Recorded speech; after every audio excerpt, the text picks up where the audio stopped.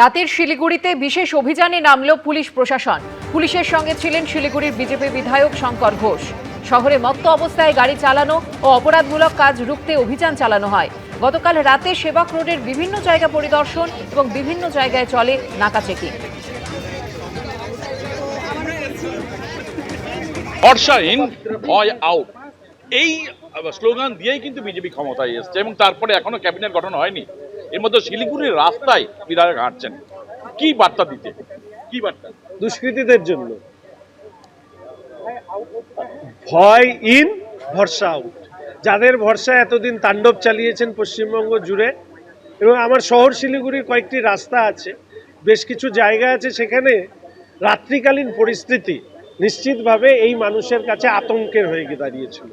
তো আজকে আমরা পুলিশ আধিকারিকদের সাথে একটু হাঁটলাম মানুষকে আশ্বস্ত করার জন্য যে শহর শিলিগুড়িকে আমরা দেখতে চাই সুরক্ষিত শিলিগুড়ি হিসাবে, যেখানে নির্ভয়ে পরিবার রাত্রিকালীনও যদি তারা বাইরে বেরোন তাদের যাতে কোনো অসুবিধা না হয়, মহিলারা যারা রাত্রে কাজ করে বাড়ি ফেরেন তাদের যাতে কোনো সমস্যা না হয় সেটাকে নিশ্চিত করবার জন্য, এবং আশপাশের পুরো ট্রাফিক সিস্টেম, এখানকার যে কেন্দ্রগুলো আছে যেখানে রাত্রে মানুষ আসেন তার আশপাশের পরিস্থিতি, শুনেছি কিছু কিছু গ্যাং নাকি এই সমস্ত জায়গায় রাত্রে ঘোরাফেরা করেন, তাদের আমোদ প্রমোদের জায়গা।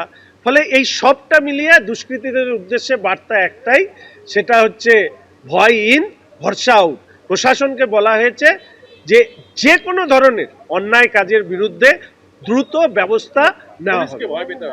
তো পুলিশকেও আমি একটা কথা বলে দিয়েছি যে আজকের পরে যদি দেখি এই ধরনের কোনো সমস্যা হচ্ছে তাহলে তার দায়ভারও পুলিশকে নিতে হবে। আর একটা সবচেয়ে গুরুত্বপূর্ণ, যে শিলিগুড়ি শহরে রাত্রি 11টার পরে বার খোলা থাকে, বিভিন্ন পাব খোলা থাকে, তারপরে হচ্ছে এত মদের দোকান, যেটা বলা হচ্ছে যে যেখানে সেখানে মদের দোকান। এই যে নতুন সরকার আসছে, এই সরকারকে এটা নিয়ন্ত্রণ করবে?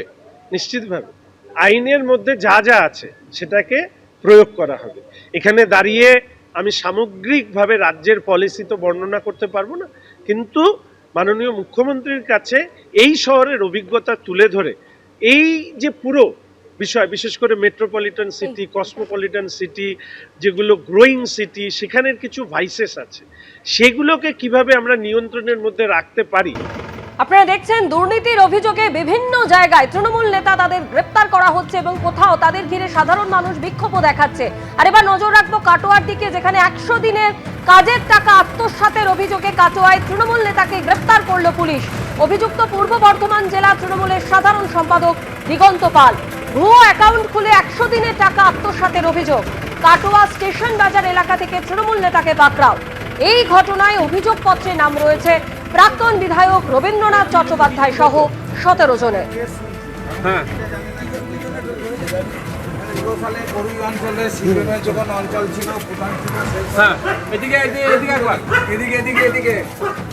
পূর্ব বর্ধমান জেলা তৃণমূলের সাধারণ সম্পাদক, যার বিরুদ্ধে অভিযোগ উঠেছে 100 দিনের কাজের টাকা আত্মসাতের অভিযোগ, এবং এই অভিযোগেই তাকে গ্রেপ্তার করেছে পুলিশ। তার বিরুদ্ধে অভিযোগ ভুয়ো অ্যাকাউন্ট খুলে 100 দিনের কাজের টাকা আত্মসাৎ করেছেন তিনি। কাটোয়া স্টেশন বাজার এলাকা থেকে ওই তৃণমূল নেতাকে পাকড়াও করেছে পুলিশ। এই ঘটনার যে অভিযোগপত্র তাতে নাম রয়েছে প্রাক্তন বিধায়ক রবীন্দ্রনাথ চট্টোপাধ্যায় সহ আরো 17 জনের। এবিপি আনন্দ, এগিয়ে থাকে, এগিয়ে রাখে।